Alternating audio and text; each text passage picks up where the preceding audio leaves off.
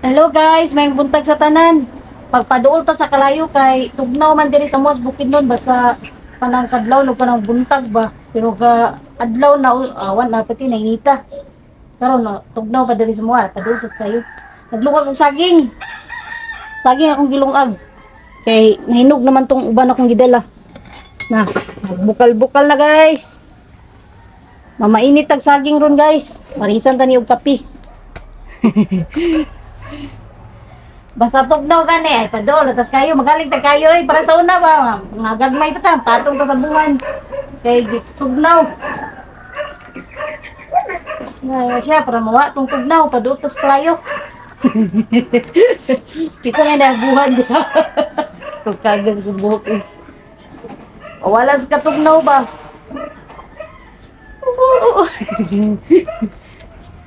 ani na ading to nabuntag dagko ani init na. Mo ni kuan, pawalas tugnaw, paduls playo. Yara tong saging guys, gaso-aso pa maupay paghaon ako, init pa kayo. Okay, mga on ta, mga on. Guys, mamainit ta. Naluto na ang saging akong gilungag nira. Oh, gaso-aso pa gid siya ha. Init pa kay na guys. So nara guys. Nahinog. Nasay kalabang-an na ako'y gipanitan Dario. Oh, aso po. Init pa kayo. Ato sa ipabugnaw kay pagtinginita. Ako nang gigitan niya pati manginita gid eh. Narindig ka painit nga isa ka kabo. Pagyalang-alang ba. Muna saktong pamainit ganina. Padul to sa buhan. Karon kaon na putang init ani.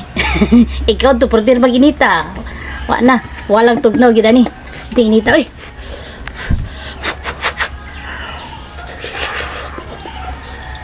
Noon nga pagkaon guys.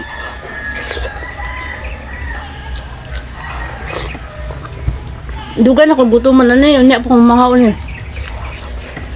Basta na saging. Pamahaw na eh. Hindi nga natakaon na ni Kano. Ni alas 10 na. Di makatipid ta diba? Organic pag yun ang atong mga pagkaon. Init pa kayo. Aso-aso pa guys. Imuhaning ikatulong hungit. Mga on, mainit.